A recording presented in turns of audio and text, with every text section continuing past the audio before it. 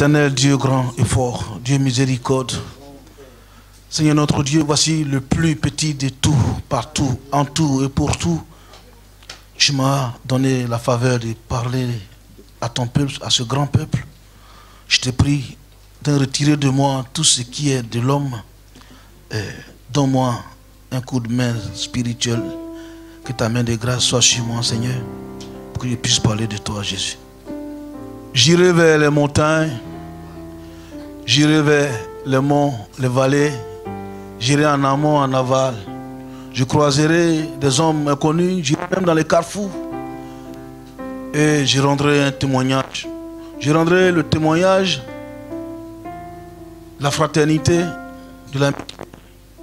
Et je dirai même au ciel, à la terre, je parlerai aux constellations, je leur dirai que j'ai croisé un peuple. Et ce peuple-là, c'est le peuple de la foi triomphante. Amen. Je voudrais de tout mon cœur, de toutes mes entrailles, dire merci à ce grand peuple. Dire merci à cet homme qui n'a jamais, comme j'ai l'habitude de dire, qui n'a jamais cherché à connaître ma carte d'identité, mon village, mon campement, mon grand-père, qui n'a jamais cherché à connaître tout ça, et qui a eu l'esprit, l'œil de Dieu, et qui sait qui je suis. Je voudrais dire merci à Pasteur Fortuné, merci à Maman Immaculée, merci à ces grandes femmes qui ont passé leur temps à venir nettoyer ma chambre, faire la serpillière dans ma cuisine, me donner à manger. Je ne sais pas qu'est-ce que je peux vous dire. Vous vous connaissez. Je ne vais pas dire vos noms. Mais le Dieu que je sais, Dieu que je prêche à travers le monde, qu'il vous bénisse abondamment.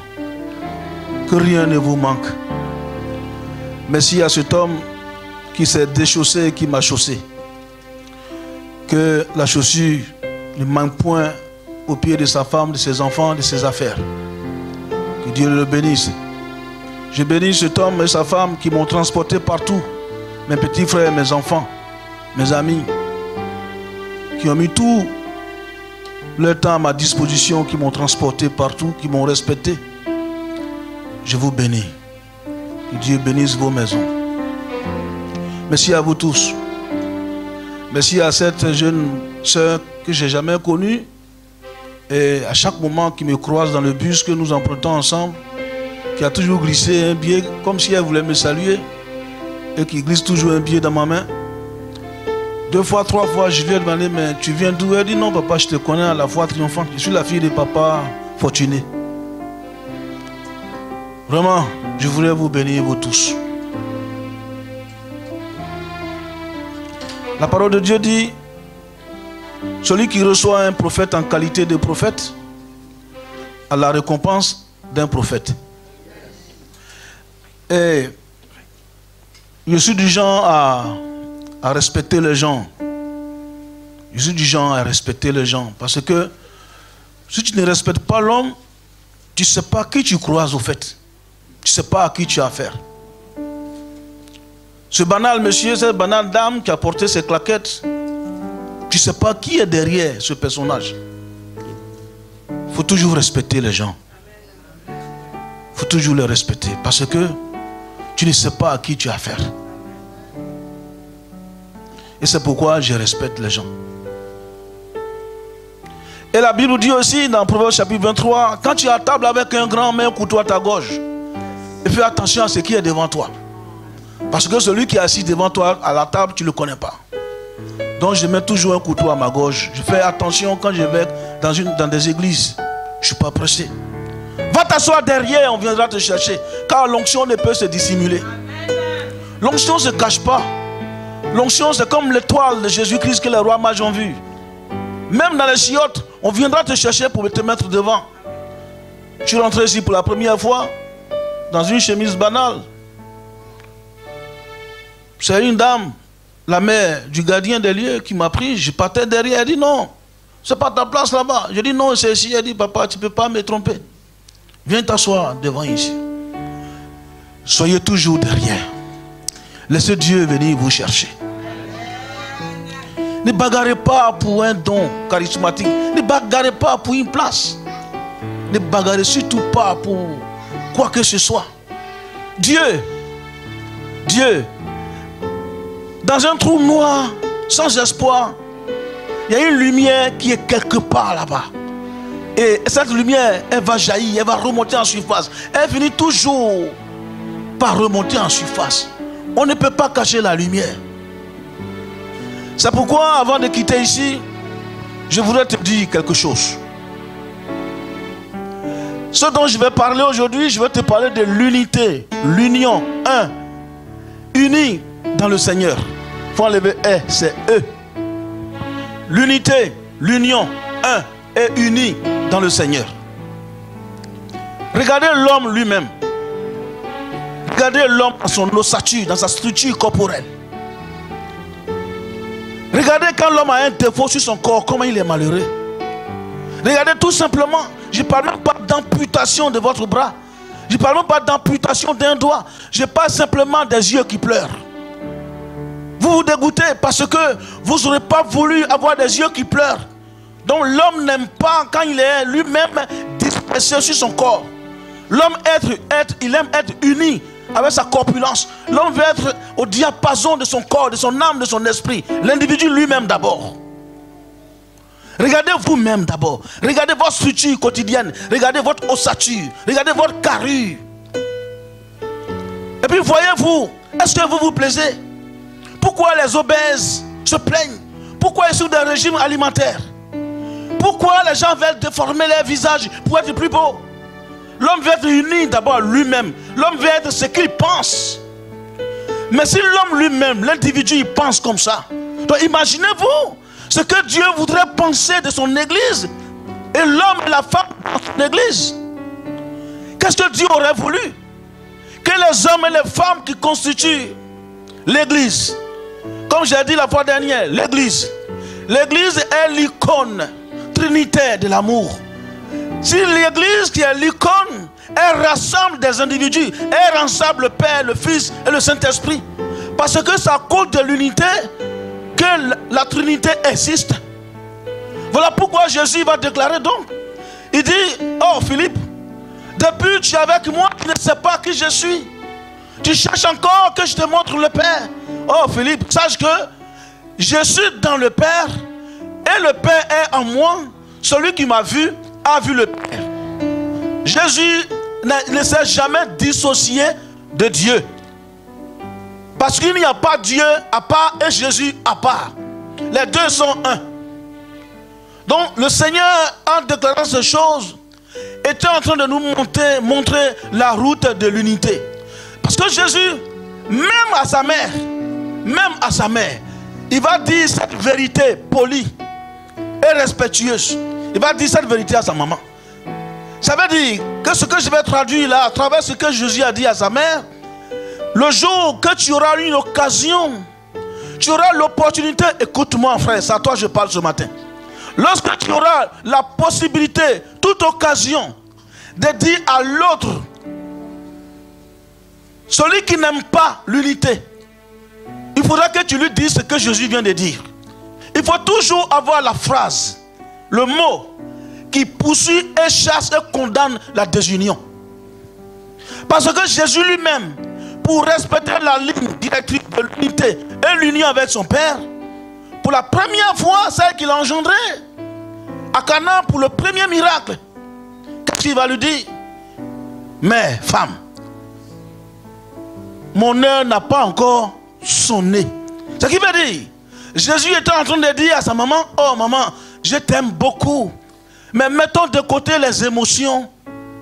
Et puis attendons d'abord ce que mon Père va me donner comme directive.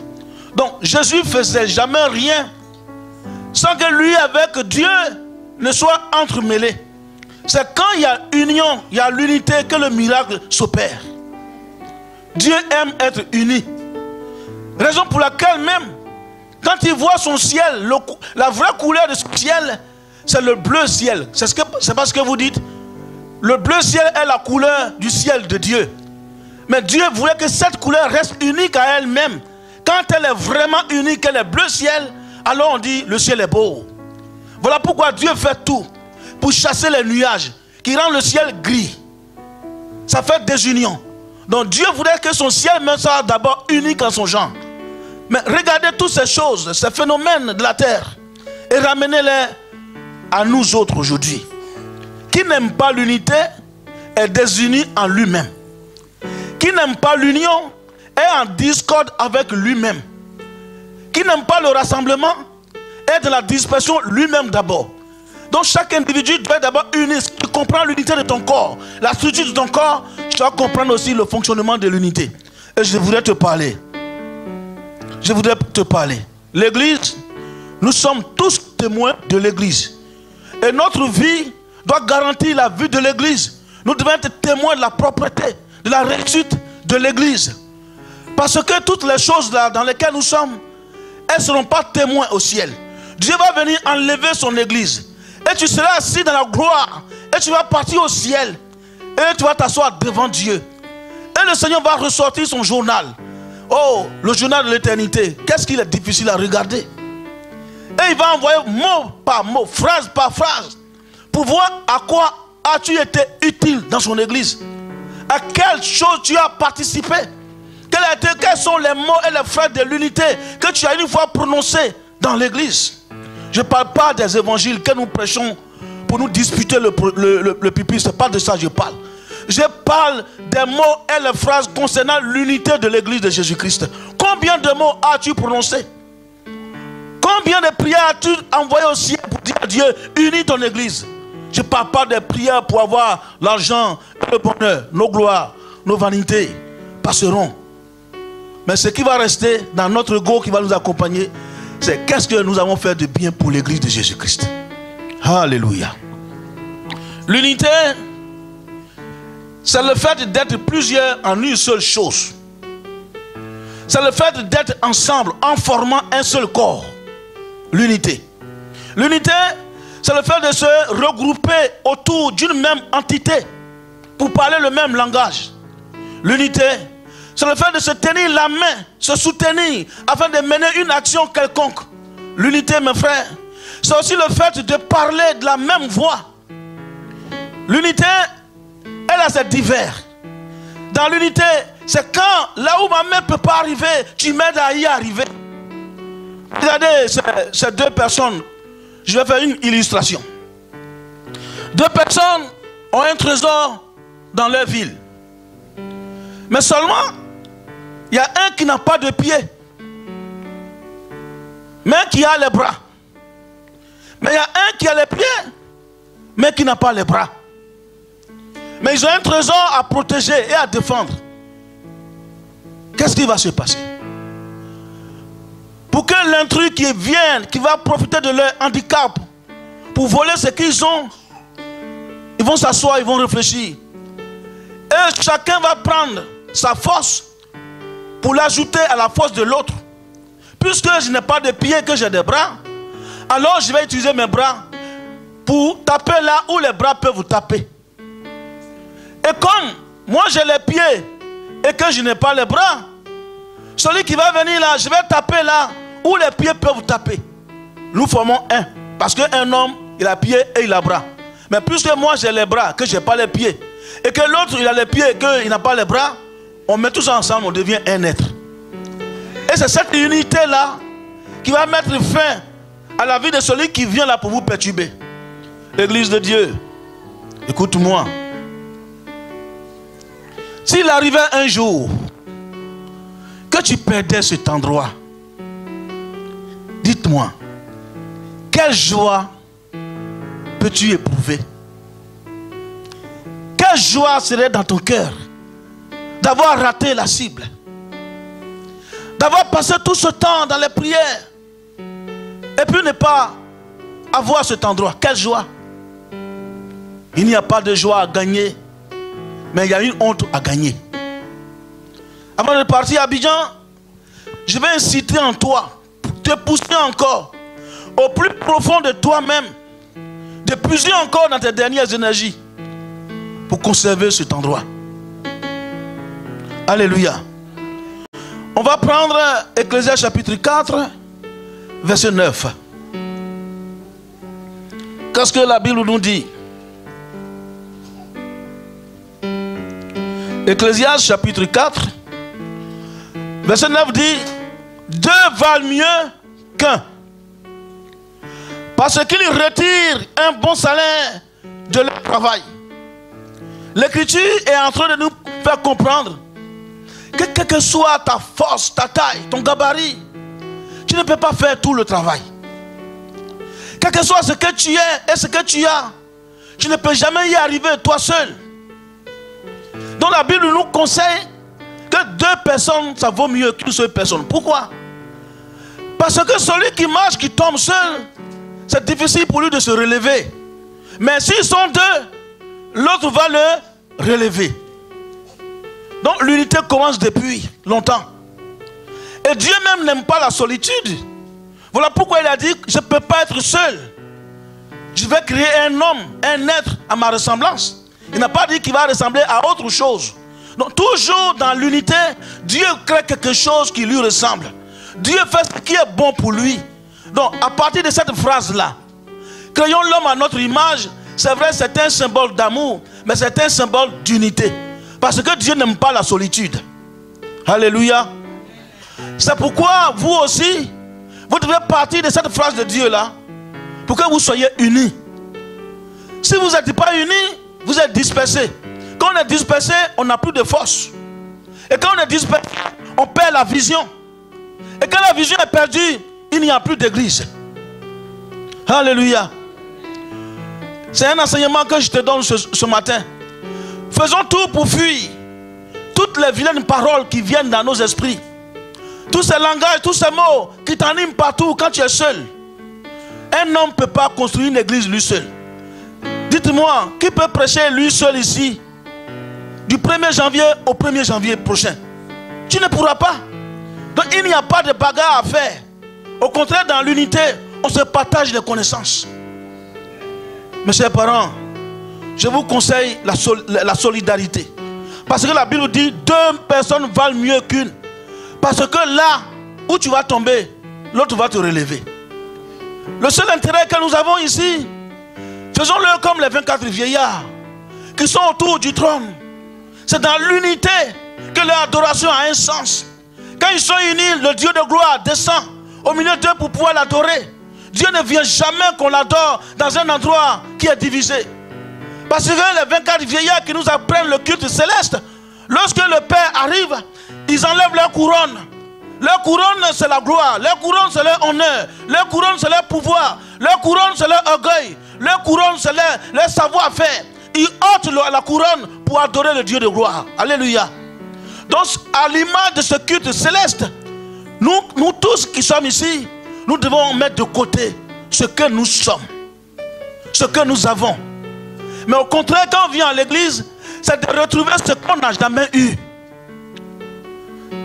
Quand je viens en Jésus, je viens pour retrouver, rechercher ce que j'ai jamais eu. Puisque vous dormez déjà dans des maisons, vous avez déjà des voitures. Est-ce que vous venez à l'église pour retrouver des voitures? Mais c'est ce que vous n'avez jamais eu que vous venez pour chercher ici. Mais regardez, il y a des principes qui pourront nous donner ce que nous n'avons pas. Et ces principes, le royaume des cieux a ses principes. C'est ce qu'on appelle les principes de la création. Quand Dieu crée le monde, il a d'abord mis des principes. Et celui qui ne comprend pas les principes ne peut pas hériter le royaume des cieux. Donc ces principes-là, ce n'est pas ce que nous avons, mais c'est ce que nous n'avons pas. Le premier principe, pour que Dieu puisse descendre dans un lieu, c'est d'abord l'unité. Ce n'est pas d'abord les prières et les combats et les délivrances. Ce n'est pas ça. Mais quelles sont les prières de délivrance que nous pouvons faire si nous ne sommes pas unis dans le nom de celui qui chasse à travers nous? Écoute-moi, il faut sortir des erreurs de la foi. Et puis sortons des excitations charismatiques. Non, Dieu ne peut pas utiliser son don charismatique dans un corps dispersé. Puisqu'on dit en son nom. mais il est unité lui-même. Jésus dit, je ne peux rien faire si mon Père ne me l'ordonne. Ce qui veut dire que toi et moi, on ne peut rien faire si on n'est pas unis avec Dieu. Mais puisqu'on ne voit pas Dieu, je ne l'ai jamais vu. On n'a jamais vu, personne n'a jamais vu Dieu. Dieu, il est de quelle taille? Dieu a quelle forme? Quelle est la couleur de son vêtement? On dit, il s'enveloppe dans un manteau de feu. Ce que je sais, c'est que sa couleur, c'est un manteau de feu. Mais Dieu ne peut pas agir en nous si nous ne sommes pas unis, mes chers parents, dans le Seigneur. Donc, le don charismatique, s'il se manifeste, s'il n'a pas l'unité, le sens de l'unité, c'est un don qui fait du tapage pour rien. Priez beaucoup pour l'unité. Chacun doit prier pour l'unité dans l'église. C'est à cause de l'église que Jésus est mort à la croix. Et Jésus aime tellement l'unité qu'au pied du Golgotha, il va dire quoi? Fils, voilà ta mère. Mère, voici ton fils. Toujours dans la trajectoire de l'unité. Parce que Jésus sait, déjà, regardez, lorsque le maître a été attrapé, regardez ce qui s'est emparé du peuple. Ils se sont tous dispersés. Leurs dons, leurs prières, leurs gloires, leurs joies se sont volatilisés. Parce que celui qui était leur référent n'était plus là. Louez le courage de ces braves femmes. Louez leur courage, louez leur volonté. Aimez-les, les femmes.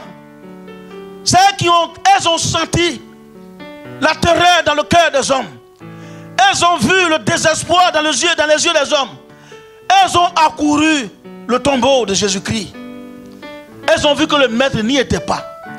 Les femmes ont ramené l'espoir de l'unité, l'espoir de l'église.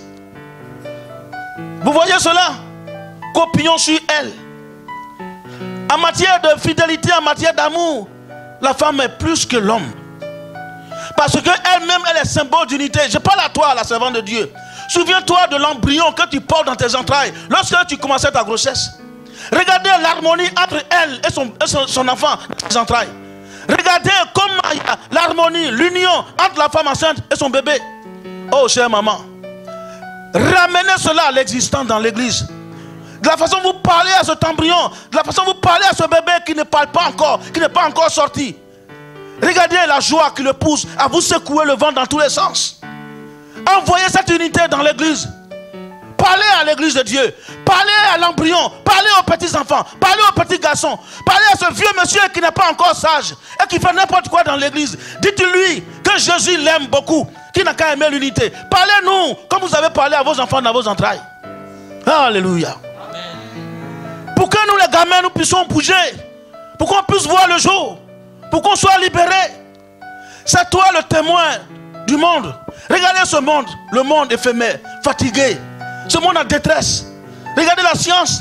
La science a atteint ses limites. Regardez-les en train de gueuler sur les plateaux télé. On est tous perdus. Oh, Psaume 139, verset 6. Pardonnez, lisez-moi ce chapitre rapidement. Lisez-moi Psaume 139. Pour que vous compreniez que Dieu, sans Dieu, on ne peut rien faire. Sans Dieu, nos mécaniques, nos mécanismes, nos savoirs, nos expertises, ces choses ne peuvent pas aller quelque part. Parce que l'homme est limité dans ce corps mortel. C'est pourquoi il faut courir derrière ce qui est beau, ce qui est agréable, ce qui est juste, ce qui est bon, ce qui est utile, ce qui est infini. Psaume 139, verset 6 nous dit quoi? Je lis la parole de Dieu. Oui. Une science aussi merveilleuse. Oh, une science de Dieu.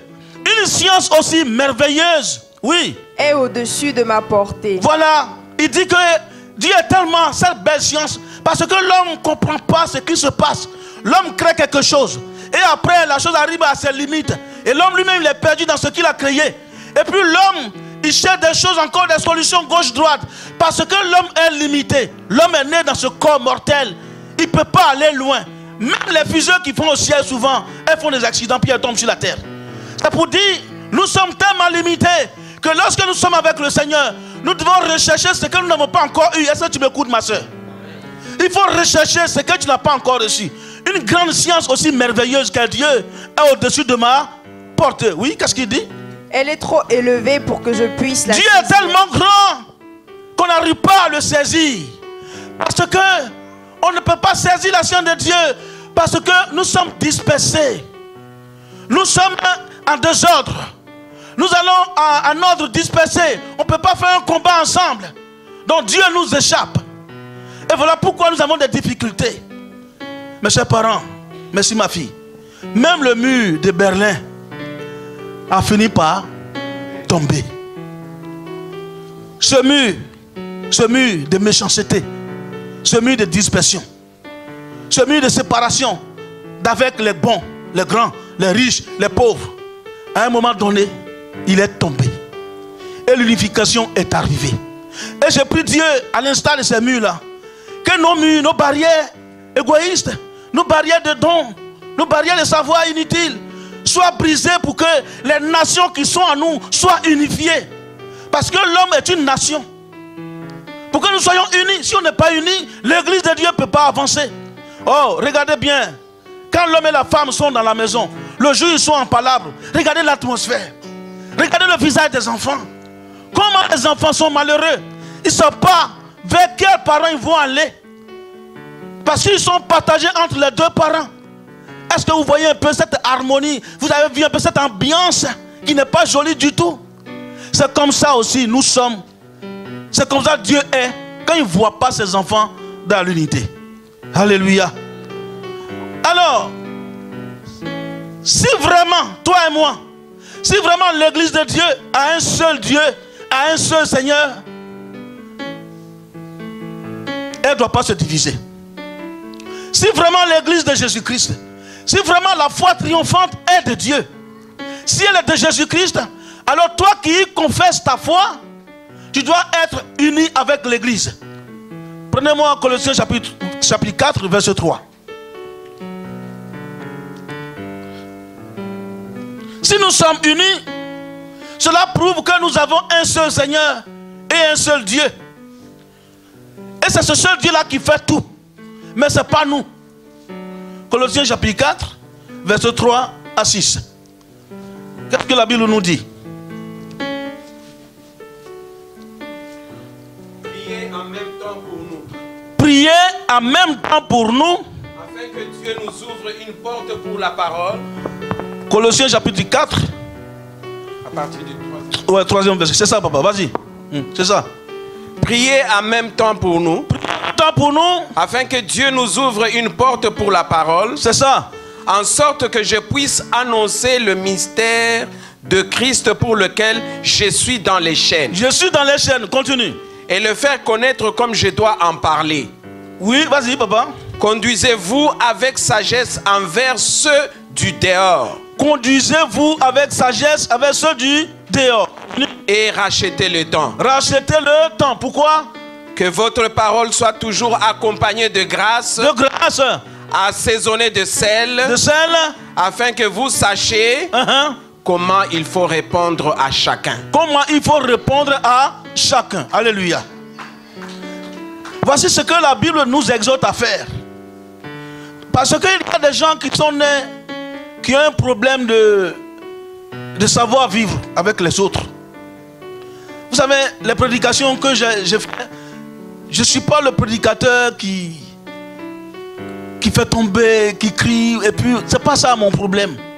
Moi, mon problème, c'est que le Saint-Esprit, si tu l'as vraiment, c'est qu'il te moule au fait. Il te conditionne. Quelqu'un qui a le Saint-Esprit, c'est pas libéré pour... On va crier, c'est pas ça, moi, mon problème. Mon problème, c'est de savoir, celui qui crie là, dans quelles conditions il est. Vous comprenez? Quand tu cries, regardez, je vais vous expliquer la transe. D'ailleurs, même, je ne l'appelle pas le transe. Parce que je l'appelle l'extase. La transe, c'est pour nos féticheurs qui sont en Afrique et dans les Antilles là-bas. Là. Mais c'est l'extase. Écoutez-moi bien. Lorsque vous voulez percer un trou dans un bois, dans une planche, que vous mettez une barre de fer au feu, elle devient chaude, rouge, n'est-ce pas? Pour que le menuisier puisse faire le trou des clés et des serrures, il va falloir enfoncer la barre de fer. Et lorsqu'elle s'enfonce, il y a la fumée qui sort. Juste à ce que le trou soit fait, n'est-ce pas? Le Saint-Esprit qui tombe sur nous, là, puis on tombe, c'est parce qu'il veut bousculer la faiblesse qui est en nous. Mais puisque nous sommes faibles, et qu'il n'y a pas de route pour lui, il nous secoue pour qu'il puisse s'installer. Donc tomber, ça ne veut rien dire du tout. Tomber veut dire, pour le moment, je n'ai pas encore trouvé la stabilité spirituelle. Donc ce que je t'apprends à faire, c'est d'abord comprendre celui qui vient te bousculer. Qu'est-ce qu'il veut, qui il est. Parce que celui en qui le Saint-Esprit vient, le Saint-Esprit cherche une unité. C'est quand il trouve une place en toi qu'il commence à parler à toi pour que tu parles à son église. Alléluia. Donc l'unité, elle est dans toutes choses. Je vais repartir maintenant au livre de Romains chapitre 15. L'unité aussi, c'est quand le plus fort soutient le plus faible, afin que le faible ne crée pas de division dans sa faiblesse. Je vais recommencer. L'unité aussi, dans l'église, c'est quand le plus fort soutient le plus faible, afin que le plus faible ne crée de division dans sa faiblesse. Pourquoi? Parce que tous ceux qui aiment les problèmes, les histoires, ceux qui aiment les divisions, ceux qui aiment la pagaille et le désordre, c'est une faiblesse au fait. Ils n'arrivent pas à dompter cet état d'âme. C'est une conscience qui ne s'est pas encore débarrassée de ce que j'appelle les artificiels pervers. Vous comprenez? Il y a des acquis des sociétés, il y a des acquis des familles, il y a des acquis de l'environnement, il y a des acquis du travail que nous avons. Et ces choses-là, pour les chasser, ce n'est pas facile. C'est ce qu'on appelle des automatismes. Donc quand ces gens-là sont dans une église, ils sont faibles. Donc on dit le plus fort là. Le plus fort c'est qui? Je ne parle pas, ne voyez pas mon enseignement dans ce sens-là. Le plus fort, c'est celui qui a atteint la majorité spirituelle. Et en même temps la maturité. Parce que tu peux atteindre la majorité et puis ne pas être mature. Vous comprenez? Donc dans le Seigneur là, il y a des gens qui sont majeurs, mais qui ne sont pas encore matures. Donc il faut aller avec les deux à la fois. Il faut être majoritaire et puis rentrer dans la maturité. Quand tu as la maturité, alors c'est toi qui sais gérer les états d'âme. C'est toi qui sais faire la part des choses. C'est toi qui sais disposer les choses. C'est toi qui prends ton temps à écouter d'abord. Parce que la plus grande qualité de Jésus-Christ, le Seigneur, il a une qualité extraordinaire. C'est que Jésus écoutait d'abord le problème de l'homme. Il écoute d'abord. Quand il a cerné ta situation, alors il envoie le miracle. Amen. Alléluia. On ne peut pas guérir quelqu'un si on n'a pas diagnostiqué de quoi il souffre. Alléluia. Donc prenons le temps de nous écouter les uns les autres. Et quand j'ai diagnostiqué le mal, moi qui suis le plus fort, je pourrais alors apporter la solution. Prenez le temps de vous écouter. Prenez le temps de vous écouter. Regardez l'église. Quand je quittais là-bas, nous avons reçu une folle qui s'est déshabillée dans son travail et qui est venue, qui a été guérie en 3 semaines. Et dès que je suis parti, maman m'appelle et dit, il y a une autre folle qui est arrivée. Mais cette fois-ci, sa folie n'est pas une folie brutale, mais sa folie, elle sourit seulement. Et ce genre de folie, pour les guérir. Les gars, mettez-vous au boulot. Quittez dans les petites choses qui vont vous perdre le temps là. Parce que les esprits qui sont enchaînés dehors, qui attendent d'être libérés, l'hôpital ne peut plus les soigner. On les donne des calmants, ils dorment, ils deviennent des gens bizarres. C'est vous qui devez libérer ces gens. Mais vous avez combien de temps? Vous avez combien de temps d'abord pour vous disperser et puis faire face aux problèmes du monde? Combien de temps avez-vous? L'église de demain sera un couvent de toutes les maladies du monde. Vous allez avoir affaire à des fous. Vous allez avoir affaire à des femmes stériles. Vous aurez affaire à des enfants qui ont perdu la tête à cause de la drogue, qui vont venir, que vous allez guider. Combien de temps avez-vous pour vous disperser? Si vous n'êtes pas unis, ça ne marchera pas. Et elle me dit, papa, tu vois, tu as vu la choriste là, donc, qui était là la fois dernière? J'ai dit oui. Elle dit, voici son témoignage. J'ai dit oui. Qu'est-ce qu'elle dit? Elle dit, papa. La fille là est venue, elle dit, ça fait 4 ans qu'elle était sur notre dos. Qui l'ont envoyée pour nous tuer. Qu'on allait mourir en pleine prédication. Elle, son travail, c'est ça. Elle a un dragon, mais elle dit, elle n'arrive pas à avoir accès à nous. Parce que la force du Saint-Esprit, la prière, l'unité font que ça ne marche pas pour elle. Donc finalement, je lui ai dit de sortir de la chorale pour s'asseoir dans le peuple. Vous voyez des cas comme ça. Bon, si vous n'êtes pas unis là-haut, vous allez tirer les forces pour pouvoir faire face à ce genre de situation. Il y a encore du boulot. L'église de demain, cette cathédrale qui va être faite, c'est une cathédrale où vous allez partir dans les hôpitaux pour prier pour les gens qui ont du cancer, pour les gens qui sont en fin de vie, les gens qui ont perdu l'espoir, qui veulent attendre une parole pour être consolés. Si on est dispersé, on ne pourra pas faire ça. Jésus dit à ses disciples, allez partout dans le monde, mais c'est dans l'unité. Est-ce que tu es prêt pour faire l'unité? Est-ce que tu es prêt pour rester uni à l'église, à tes frères, à tes amis? Si l'autre fait un travail, regarde-le, puis accompagne-le avec un sourire. Applaudis-le. Parce que ce qu'il fait là, c'est pour la communauté. Si l'autre délivre, qu'il guérit, applaudis-le. Passe la main sur son épaule, encourage-le. C'est pour l'église. Si l'autre chante bien, accompagne-le. Passe ta main sur son épaule. C'est pour l'église, c'est l'église qui gagne. Mes chers parents, la folie des dons charismatiques, la démonstration de ce que je sais faire, ce n'est pas ça qui intéresse Dieu. Ce qui intéresse Dieu, c'est dans quel état nous sommes avant de faire ça. Alléluia. Prenez-moi Romains chapitre 15, au verset 11. Celui qui est plus fort doit soutenir le plus faible. La parole de Dieu nous a dit, vas-y. Romains 15. Oui, premier verset.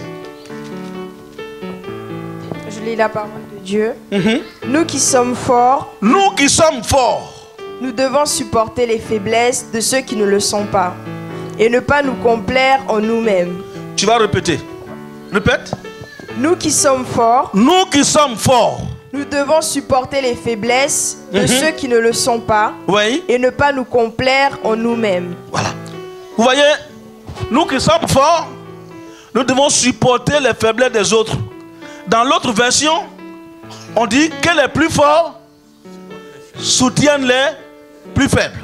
N'est-ce pas? Bien. Voici notre pasteur qui est là. Il fait environ 1m85. Je ne suis pas trop loin. 1m86. J'ai échoué à 1 cm. 1m96.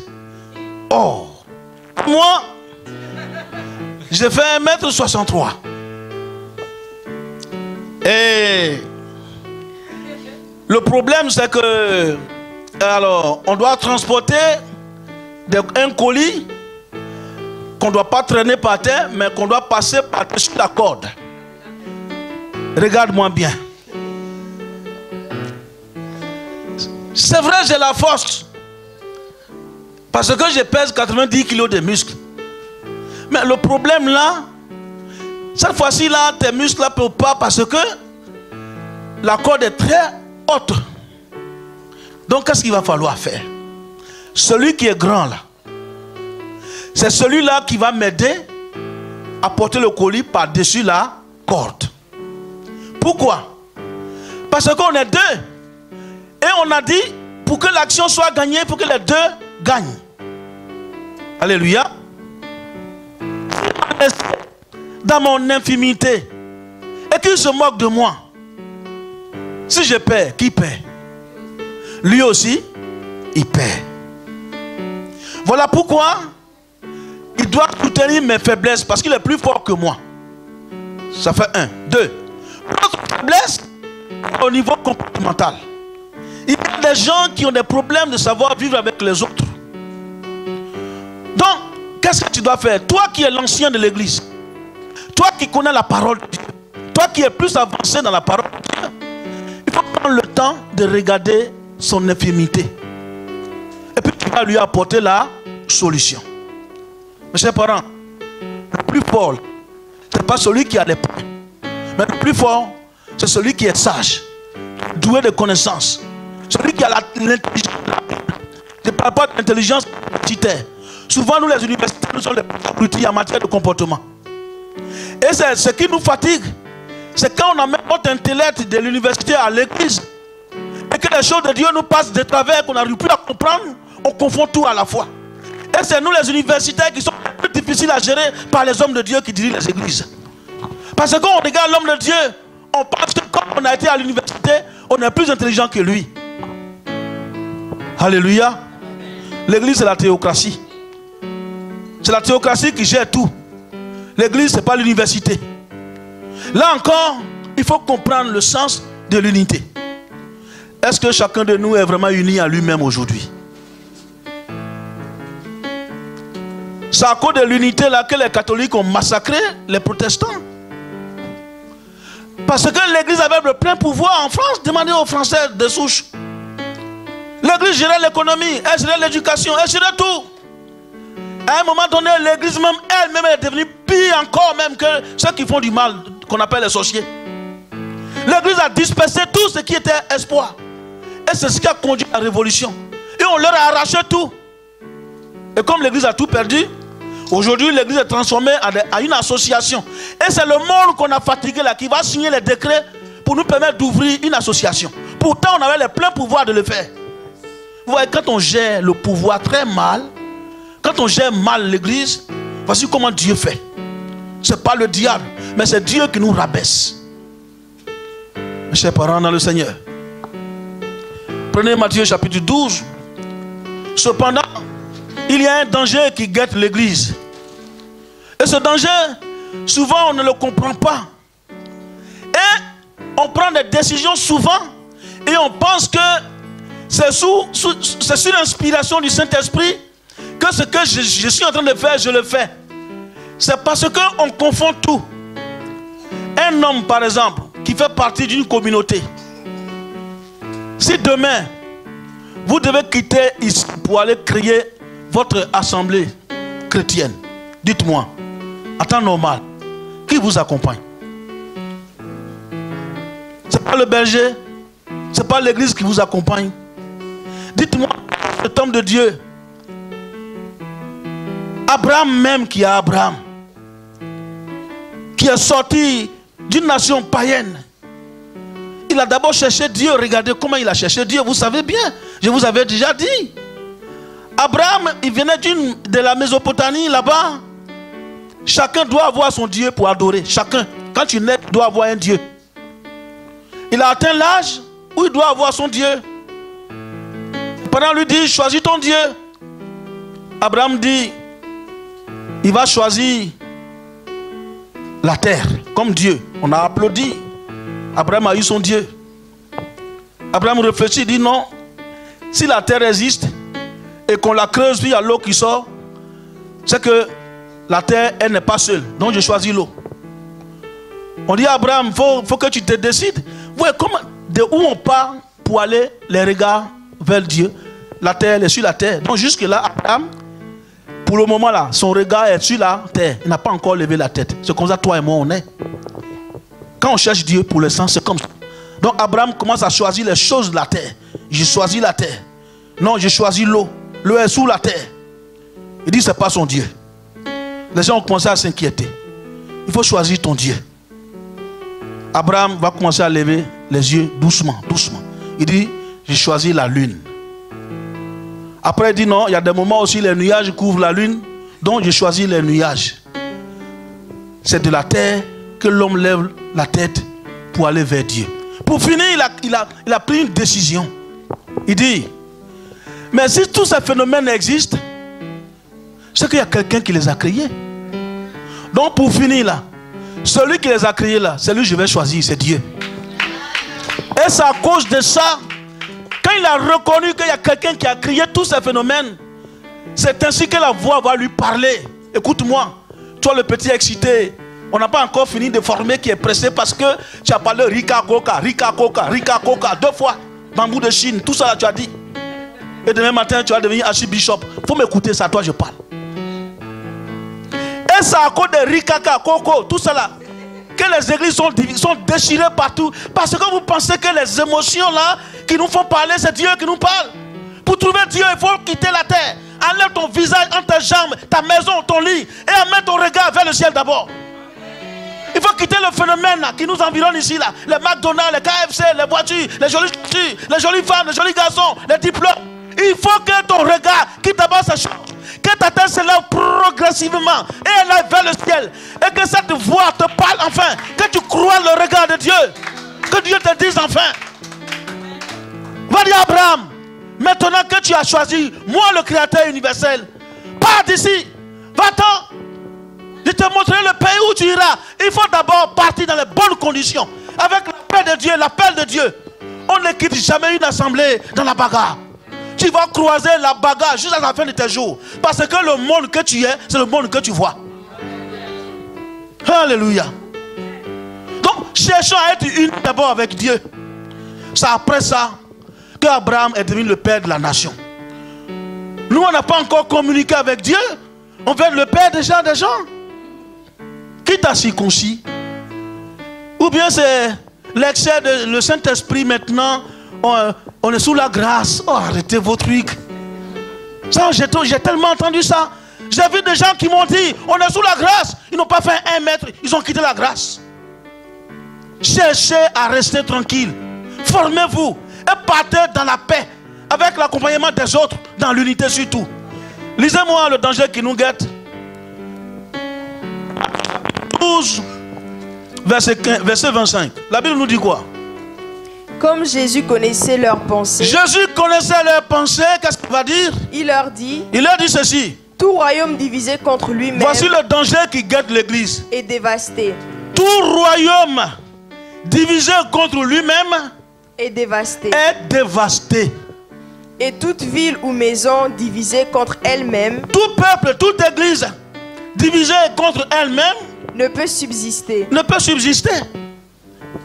Alléluia. Merci. Voici le danger qui nous guette.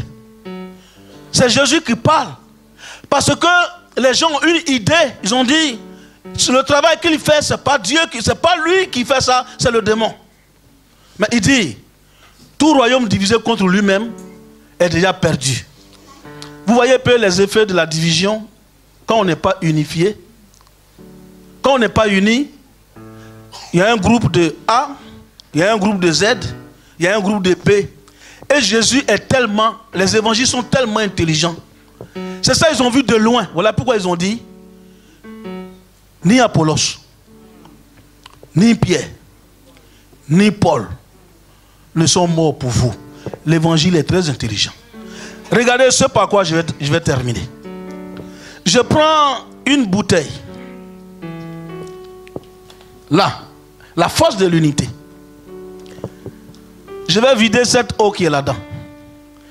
Je prends du charbon noir.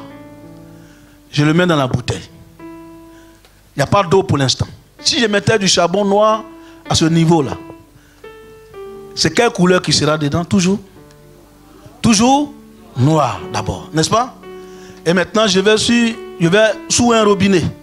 Je mets de l'eau. J'agite. J'obtiens toujours quelle couleur? Noir. Mais qu'est-ce qui a soutenu le charbon? L'eau. N'est-ce pas? Donc, l'eau de vie, là, elle prend toujours la couleur de l'élément qui la touche ou qu'elle touche. L'unité, là, c'est ce qu'elle doit être. Dans une église, on ne doit pas se disperser. Soyons l'eau faite. Aujourd'hui, je ne vais pas faire des démonstrations. Je vous ai tellement enseigné. C'est un conseil que je vous donne. Si vous n'êtes pas unis, ce qu'on a commencé là, ça va être difficile. Ça va être difficile. Faites un effort. Mettez de côté vos égos. Mettez de côté vos envies. Et puis faites-le pour Dieu. Mes chers parents dans le Seigneur. L'église que je suis en train de bâtir aujourd'hui en Côte d'Ivoire, si je vous dis que je connais le montant qu'on a mis dedans, j'ai menti. Mais c'est un budget de 50 millions de francs CFA, 59 millions de francs CFA. Mais aujourd'hui, nous sommes déjà au chaînage. L'institut est déjà là-haut. Le supermarché est là. Vous voyez, les papas, ils voient toujours les images des femmes. Ce sont des femmes, des jeunes filles qui sont au chantier en train de mouiller le béton. Qui puisent l'eau dans l'unité. Quand on finit le soir, on mange ensemble. Et on s'en va. Quand les anges voient ça, ils sont contents. Et nous voilà aujourd'hui, on a presque terminé. Ce que je veux, c'est que quand moi je vais revenir ici à la rentrée, par la grâce de Dieu, il faut que la chose commence. Pourquoi? Parce que, au fait, les gens savent ce que vous voulez faire, au fait. Ils sont au courant. Et le préfet, et le maire, et les députés, et la ville, et l'esprit malin, et le Satan, et les églises, tout le monde sait. Vous pensez qu'ils ne savent pas ce que vous voulez faire. Et les mystiques aussi, ils sont au courant de ce que vous voulez faire. Donc, regardez maintenant ce qui vous attend. Parce que chaque ville est sous l'autorité d'un pouvoir quelconque. Et puis vous venez ici, avec vos prières incessantes, vous allez les embrouiller pour les déstabiliser. Et puis vous pensez qu'ils vont vous laisser tranquille. Ils ne vont pas vous laisser tranquille parce qu'ils vont être les maîtres du jeu. Donc vous, qu'est-ce que vous devez faire? Eux, ils sont unis dans les loges. Demandez bien, ils vont vous dire, ils sont unis dans les loges. Eux, ils s'appellent frères des lumières. Frères des lumières. Nous, on s'appelle comment? Frères en Christ. Mais dites-moi, dans quel journal, pour la première fois, vous avez appris à lire? Donnez-moi le seul article de journal dans lequel on a dit 3 francs-maçons se sont coupés la tête. Ou bien 3 Jésus-chrétiens se sont brûlés vifs. Mais moi, je vais vous donner des informations dans les archives de la télé. Où l'autre femme, l'autre soeur a pris l'eau chaude, elle a versé sur l'autre soeur. Parce que le pasteur voulait la consacrer avant l'autre. J'ai vu ça. Poison, j'ai vu tout ça. À la cuisine, elles se sont arrosées, comme on appelle, de l'acide. Ça, c'est ce qu'ils appellent frères et sœurs en Christ. Mais jusque-là, nos autres frères, là, on n'a jamais entendu ce qu'ils font. Et c'est à cause de ça, ça ne marche pas entre nous. Parce qu'on n'a pas encore compris le principe de l'unité. Si vous n'êtes pas unis ici, là, l'église, ça va tanguer. Est-ce que vous voulez être unis? Vous voulez être unis? Donc, mon message de ce soir, de ce matin, ce message de au revoir, c'était de vous encourager.